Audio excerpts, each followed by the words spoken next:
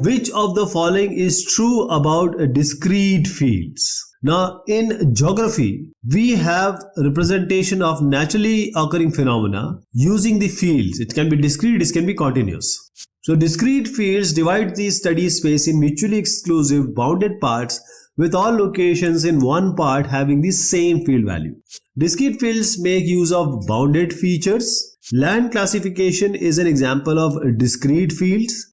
All of the above. What is the correct answer? Absolutely right, it's all of the above.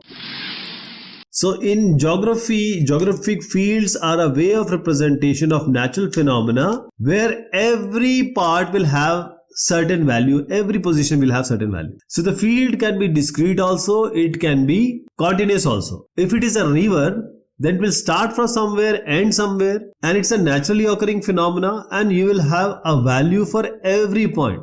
So discrete geographic field is all about discreteness of two or multiple mutually exclusive bounded parts with all locations in one part having the same field value. So discrete fields, they are basically bounded, they are naturally occurring.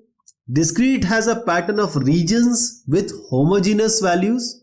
Assume this field as a function where you input certain value. For example, you go to a mountain, tell us the latitude, longitude, we will give you the elevation value. In water, take anywhere and ask about the salinity. So this is discrete, but the field can also be continuous. For example, a river or a mountain range, big area. And these discrete fields are separated by boundaries or transition zones. The main thing is it has to be naturally occurring. It has to be natural. So there will be transition also and there will be places also of clear boundary. That is, these areas are divided into mutually exclusive part. There will be no overlapping. There will be a proper differentiation between them. On all locations in part have the same value. For example, the land cover type, the soil class, and the surface geologic formation. All these are the example of discrete geographic field.